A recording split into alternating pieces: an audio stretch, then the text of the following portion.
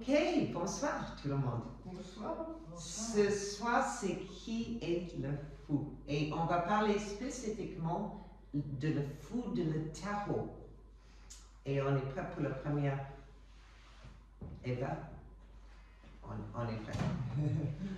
Donc, juste pour expliquer, comme vous avez demandé tout à l'heure, le tarot est composé de deux parties. Ça, c'est juste une vite explication. Comme ça, on sait qu'est-ce qu'on regarde. Et il y a une arcane mineure qui est composée de 4 suites. C'est les épées qui représentent nos intellects et les coupes qui représentent nos cœurs, nos émotions, les bâtons qui sont notre intention et nos actions, et les pentacles, les disques, la monnaie, ça dépend de... il y a plusieurs noms pour ces cartes qui représentent qu'est-ce qu'on manifeste dans la vie. C'est quoi notre travail, soit à la maison, soit dans notre carrière. Et le deuxième, et là, il y a un as et un 10 pour chaque suite, ainsi que 4 cartes de cours pour les 4 suites. Les cartes de cours, au début, c'était le roi, la reine, 2 chevaliers femmes, 2 chevaliers hommes, 2 pages femmes et 2 pages hommes. Ça a changé après le temps. Et la deuxième partie de le tarot est l'arcane majeur. L'arcane mineur représente les archétypes qu'on expérience dans notre vie, les relations, les gens qu'on travaille avec, etc. Par contre, l'arcane majeur, qui est composé de 22 cartes, il représente le voyage de l'âme pour retrouver source et la vérité. Et donc, les premiers tarots qui sont arrivés sur la scène n'ont pas eu ni un titre, ni un numéro. Donc, ils étaient très mystérieux et ils n'ont pas de guide non plus. Comme on n'a pas eu une guide, et on n'a même pas eu les titres, comment on peut savoir qu'est-ce que les premiers auteurs ont pensé sur ces cartes? On est obligé de voir la pensée que les mystiques, parce que le tarot c'est un jeu de cartes qui est pour la réflexion morale et il est assez ésotérique, aussi ésotérique. Et c'était les gens qui étaient les herméticistes, qu'on a parlé tout à l'heure, qui ont formé ces cartes. Et dans la Renaissance, on a eu en fait 3 types de fous. On a eu le fou qui était carrément fou, qui ne pouvait pas naviguer dans la société parce que, comme les gens que vous travaillez avec, vous avez dit. Et il y a aussi le bouffon de le roi. Et le bouffon de le roi, c'était quelqu'un qui a eu la possibilité de taquiner le roi. Il n'était pas une vraie fou, il était parfois un conseiller pour le roi. Donc c'était quelqu'un qui était assez intelligent, qui était comme Triboulet, le bouffon du roi René d'Anjou. Et ici on voit les deux bouffons qui se parlent entre lui à le Festival des Archers. Donc ce n'était pas ce type de fou, le fou dans le tarot. C'était pas, en fait, et là, oui, merci Eva, oui. C'était une fou, ça c'est une de nos premières cartes, ça c'est de le tarot de Est, malheureusement on n'a que 16 cartes, mais on a le fou. Et le fou il est distingué ici avec les petites oreilles d'âne et un petit chapeau avec une clochette. Il a son bâton et comme il est géré par son désir charnel et la luxure, on voit que ces petites figurines dévoilent son sexe. Parce que c'est son sexe qui lui gère. Et on voit dans la Renaissance beaucoup de ce caractère avec les petites oreilles d'âne, les petites clochettes, et qui sont complètement prêtes pour le désir charnel. Voilà. le fou était tellement représenté dans la Renaissance qu'on a eu un livre qui était le deuxième plus populaire livre après la Bible, et c'était Le Nef des Fous. C'était un livre écrit par un Allemand qui s'appelle Sebastian Brandt, qui était un humaniste et aussi un théologien. Donc c'était quelqu'un qui était vraiment immersé dans le mysticisme. Mais le humanisme, il était chrétien, spécialement au début, mais il mettait un peu l'Église à part. Il pouvait critiquer l'Église, parce qu'il disait qu'on peut voir la joie et tout traverse nous-mêmes. Et donc, dans le livre de Sebastian Brandt, il a 113 chapitres, et chaque chapitre, c'est un différent fou. Et on a le prêtre hypocrite, the gossiping nuns, je ne sais pas comment on traduit ça. Les nonnes commères. Ok, voilà. Donc, on a tout type de fous, 113 chapitres, et chacun est une fou. Et on voit aussi les petites oreilles d'âne, les clochettes, le bâton, tous ces signes. Et il était tellement populaire que même Jérôme Bosch, il a fait une représentation de le Nef des Fous, ici, qui fait partie d'un plus grand tableau. Et voilà, on peut... Le Nef des Fous lui-même, ce livre était inspiré par un poème qui s'appelle Le Bateau Bleu. Et c'était juste, l'auteur était anonyme, mais il était à la même époque que Sebastian Brandt. Et on peut lire ici, ça c'est en Allemagne, celui qui veut être en compagnie de femmes frivoles et mener une vie paresseuse avec des chants et des musiques de cordes, excessivement remplies de nourriture délicieuse et de vin, arrivera bientôt à Cali avec ce bateau bleu. Et on voit la luxure et tout ça. Et ici, qu'est-ce que c'est intéressant? C'est le fou, il n'a pas les petites oreilles d'âne, il a un nid d'oiseau sur sa tête. Et ça, on voit dans le premier fou de les Visconti, parce que ça, c'est encore une des premières cartes. Et lui, là, c'est pas très net l'image, mais il a les plumes dans la tête. To be airheaded, d'avoir une tête d'air. Et il a son bâton qui est classique, il est presque nu.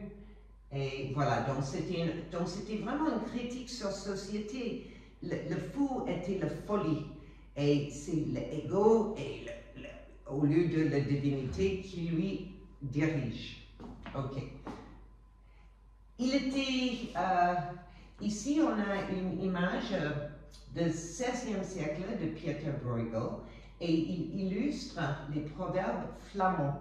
Il y a 126 proverbes qui sont cachés dans ce tableau. Et moi je vais prendre juste ça. Voilà, on a le fou ici. Et qu'est-ce qu'il fait? Il fait caca sur l'univers.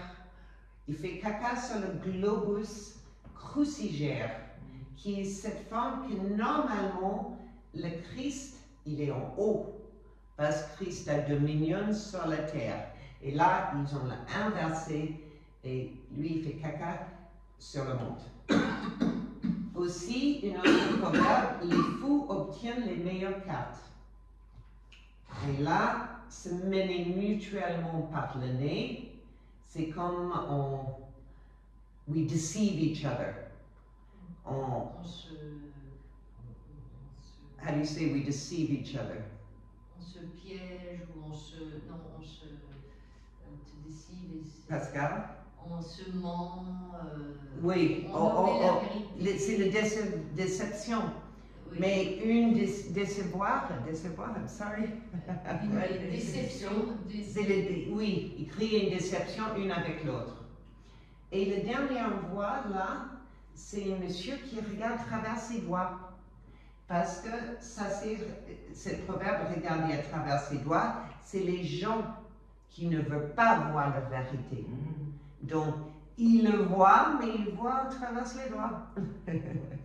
Donc, on voit aussi le fou vraiment dans il est une des caractères les plus importants ici parce qu'il y a plein de petits trucs, mais personne ne fait caca sur l'univers. Hein. Et ça, c'est un tableau de qui? De Pieter Bruegel. Bruegel. Oui, oui.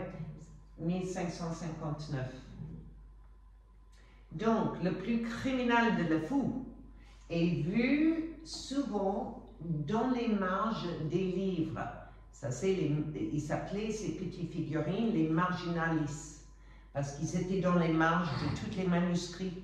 C'est trompé, pardon, trompé. Trompé, voilà, ok. Et souvent, cette fou, on lit en Somme 52, la insensée dit en son cœur, il n'y a point de Dieu. Et on peut le lire là en latin, et ça c'est en fait une fou avec un bâton qui précède le Somme 52, où c'est écrit que le fou dit que Dieu n'existe pas. Ok.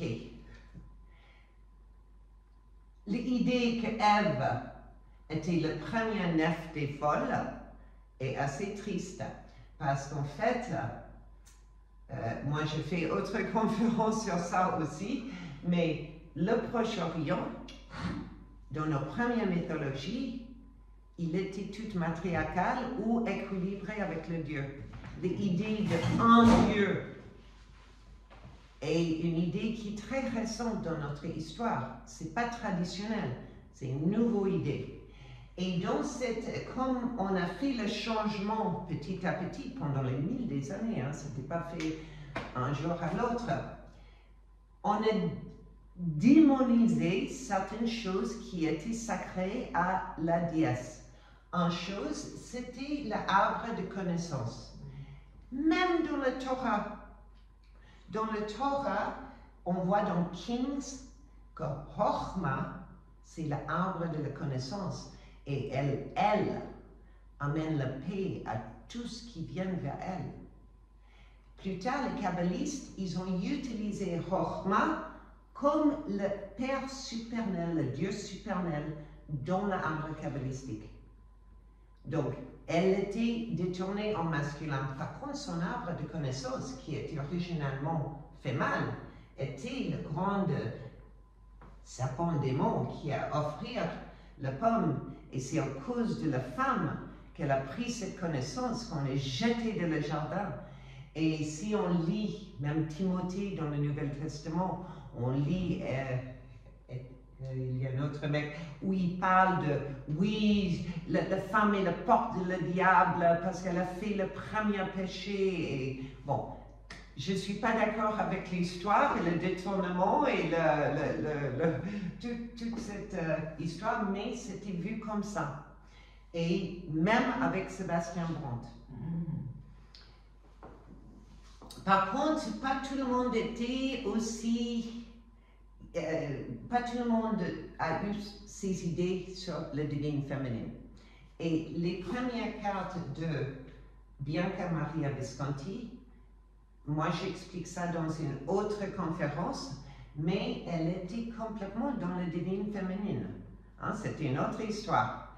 Et elle, c'était son père qui a mis probablement les premiers tarots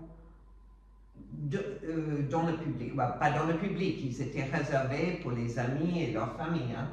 Et ils étaient chers, chacun était peint à la main, ce n'était pas imprimé. Donc, vous imaginez, c'était pour les aristocrates. Et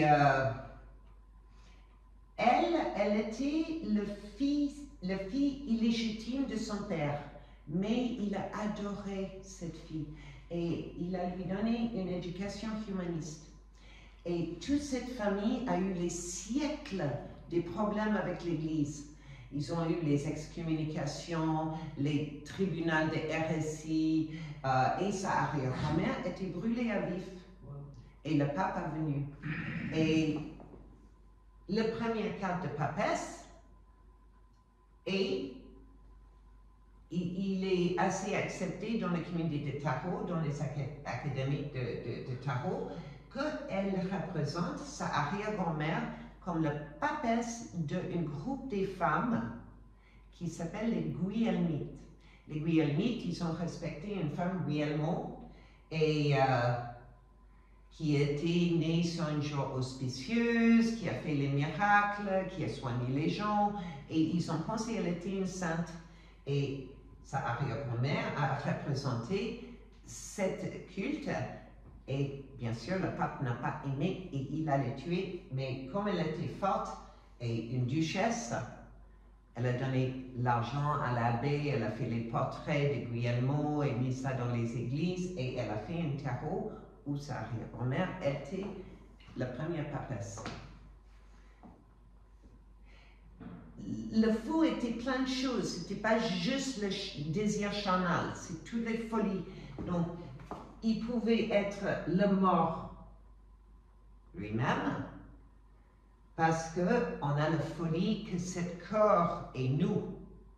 Mais c'est une vaisselle pour nous, et il va, si on pense que je suis tellement belle, cette beauté va partir, parce que le corps, c'est en location, et il va devenir vieux et casser un jour. Donc, on est fou si on donne trop sur notre vaisseau. Voilà. Ou le fou peut être juste celui qui pense qu'il ne va pas mourir et il ne regarde pas la mort dans les yeux comme quelque chose qui va arriver à lui-même. Et il faut qu'il fasse attention dans sa vie pour certaines choses à cause de ça. Et donc, ça dit du Bleib en Allemagne, tu restes ici. Tu ne peux pas m'échapper. Voilà. En Allemagne, c'était aussi c'était grand le fou. Ça, c'est le mama de 7 fous. Il y a 1, 2, 3, 4, 5, 6 et une qui est cachée là, 7. Et il fait tout type de choses qui sont complètement du folie. Ça, c'est 16e siècle. Souvent, ça fait partie de toute une suite des gravures où la femme, elle gère les fous. Elle gère les fous, elle donne les chapeaux de fous à les fous, elle les dirige parce que, et là on va aller à la prochaine, elle peut tourner un homme en fou.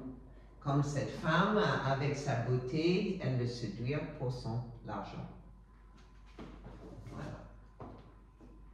Donc, cette idée que le fou est dirigé par son désir charnel et de luxure était originellement vue comme ça.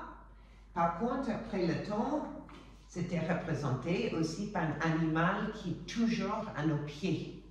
Et ça, on a vu dans les premières cartes de Marseille, de tarot de Marseille, avec, au début, c'était un chat, un petit lion, les gens disent, et éventuellement un chien. Et c'est cette idée que on est toujours rattrapé par notre nature animale. Mais le fou était aimé, on le trouve dans les carrelages, on le trouve dans les vitres. On trouve dans les corniches les maisons, il est là. On trouve dans les arts décoratifs intérieurs et extérieurs. On trouve dans les sifflets et les petites peignes. Parce que le fou est tout le monde. Et là, là, on a une grande classique, une image qui est une grande classique, et il a plusieurs petites aphorismes, peut-être on va dire. Donc c'est du XVIe siècle. Dans le septaire, ici, c'est écrit « vanité des vanités », tout est vanité. Donc c'est vraiment l'ego qui gère le fou. Il n'est pas dans la divinité de la conscience universelle, c'est vraiment moi, moi, moi, moi, moi. Mais c'est une citation de l'Ecclésiaste. Exactement, 100% correct. Dans le Capuchon, il dit « aux têtes dignes d'une dose de hellebore ». Le hellebore est une fleur toxique qui était utilisée pour soigner les folies. Dans les oreilles des capuchons, il dit « Qui n'a pas d'oreille d'âne ?» Et dans le menton, le nombre de fous est infini. Voilà. Donc l'idée c'est que, et je vais aller vite ici, parce que j'avais déjà expliqué ça dans une autre conférence, mais l'idée parallèle de cette idée de le fou est tout le monde, c'était l'idée que la divinité est tout le monde. Qu'il n'y a qu'un être universel qui a une âme pour tout ce qui a été créé et pour tout ce qui sera créé. Donc c'est un être avec une âme dans une rêve de multiplicité. Et cet être universel, ou le Adam Kadmon, dans le kabbalisme, était construit de 22 lettres qui représentent les planètes, les constellations, tout ce qui est temps, espace et l'âme. Et ça, c'était un système qu'on voit très fort dans le tarot, mais ça, c'est une autre conférence. Donc, on va aller à la prochaine. Et c'est ça, l'histoire de le fou. Parce que nous sommes la conscience de cet être universel dans un niveau fractal qui est complètement dans le mystère. Donc, c'est pourquoi j'ai le fou avec le bandeau. Il ne sait pas, il ne sait pas pourquoi il est ici. Il ne sait pas qu'est-ce qui se passe après la mort, on a dit ça. Il ne sait pas qu'est-ce que c'est son destin. Il ne sait pas qu'il est chaque ici et chaque là-bas. Si l'être universel c'est omniprésent, ça va dire que c'est ici et là-bas, il n'y a que ici. Donc, comme il marche, il est toujours ici. C'est juste une illusion, il va quelque part. Et il est toujours confronté, chaque carte est négative ou positive.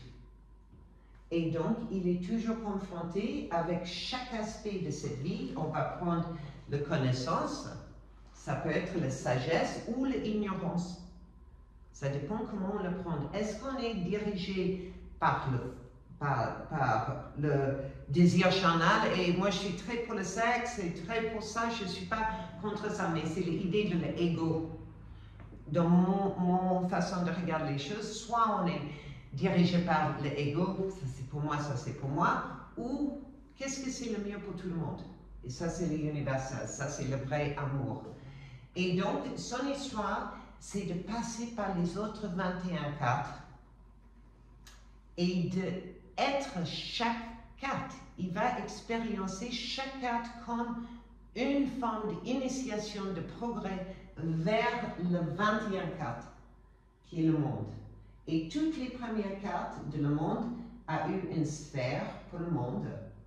Et parfois c'est Prudencia, parfois c'est Hermès, parfois c'est une chérubin, ça dépend le deck. Par contre ici, on voit Prudencia, parce que Prudencia, c'est la connaissance après qu'on a vécu.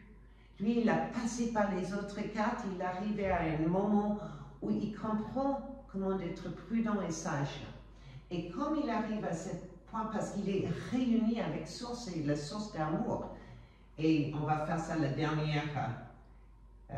Et donc, c'est Prudencia qui va amener le fou, après son voyage, traverse les 7 planètes jusqu'au de Trinité dans l'âme. Et voilà.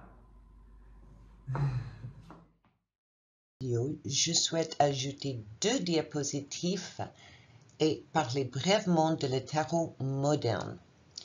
Donc, à la fin du XVIIe siècle, excusez-moi, c'est le XVIIIe siècle, il y a un occultiste qui s'appelle Antoine Coeur de Gébelin et il a associé les 22 lettres hébraïques aux 22 arcanes majeurs. Et plus tard, à la fin du XIXe siècle, l'occultiste Eliphas Lévi a développé ce système. Et lui, ainsi d'autres occultistes, ont associé le fou à la lettre mère Shin. Donc ça, c'est cette lettre qui est au milieu de la diapositive. Et Shin est le dernier de les trois mamans. Dans le Sefer Yetzirah, toute notre expérience de cet univers est composée que des lettres. C'est une mind trip. Nous sommes dans une expérience de conscience. Et la lettre Shin est composée de trois petits yods. Ça, c'est ces trois petites choses ici. Toutes les lettres hébraïques sont composées de le yod dans une configuration ou l'autre. Et celui-là, elle a 3 parce qu'elle est la dernière maman. Et elle compose, c'est elle qui maintenant a la neutralité et la polarité en elle. Elle est déjà dans la polarité avec le bon et le mal. Parce que elle est même considérée le mal dans la longue version. Sadia a changé ça, mais dans la plus ancienne version, elle exprime le mal. C'est comme le fou. Le fou, il n'est pas horrible, il n'est pas mal, mais il est né dans une sphère où il cherche le bonheur à tout prix. C'est l'ego, c'est l'animal nature qui le dirige, comme on a vu dans ces cartes. Et là, on voit dans les cartes, par exemple, ça c'est la carte de Papus. Papus était une grande occultiste et il n'a pas fait, son tarot a été fait plus tard, mais c'était basé sur ses écritures. Et lui, il associait le fou avec Shin, parce que Shin est la rupture des communications divines. C'est l'aveuglement moral, c'est la matière. Ok, et on voit le chien qui se mord le fou, ou le chat qui retire le pantalon de le fou. Ça, c'est le tarot de Oswald Wirth, c'est début du XXe siècle. Le Golden Dawn a associé le fou à la première lettre de la Aleph-Bet, ou l'alphabet, Aleph. Ça, c'est la lettre Aleph. Elle est la source de tout parce qu'elle est le numéro 1. Elle contient toute possibilité. Elle est la maman de la première papa qui est l'esprit, le roi. Elle est le conscient universel, le numéro 1 et nous dit, le Sefer Yetzirah nous dit que Aleph est avec tout. Elle est omnisciente. Et en ce sens-là, elle n'est pas le fou si elle est omnisciente. Elle est avec tout. Bon, le fou est tout le monde aussi, mais ça, c'est la qualité divine qu'on voit en Aleph. Pour moi, elle n'est pas le fou, mais chacun a la possibilité de choisir comme il veut. Donc, je explique juste pourquoi je ne trouve pas que le fou mérite d'être Aleph.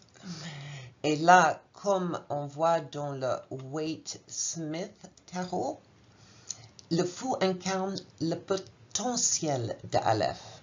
Donc, il va sur son voyage, il a tout le potentiel, et ça, c'est vrai. Et ça, on voit, c'est vraiment une grande partie d'Aleph, c'est le potentiel de tout.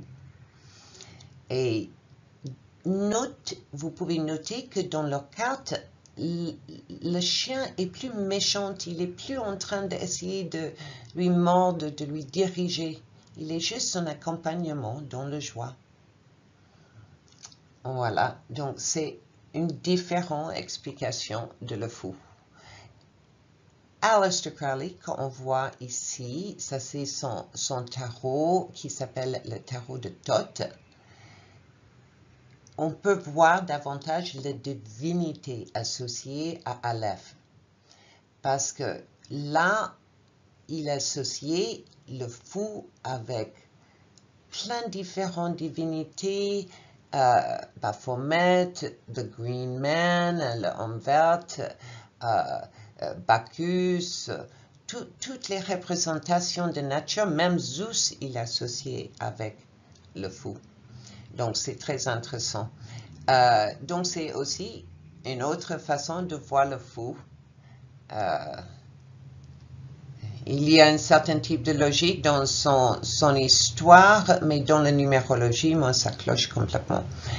Donc, pour moi, le 0, c'est pas la 1. Le 0, c'est le joker. Le joker peut être n'importe carte. C'est pourquoi c'est le 0. Toutes les autres cartes ont une fonction dans le 0, pour le 0, qui va expériencer toutes ces cartes dans son voyage en retour à source. Et voilà, c'est la fin de mon conférence.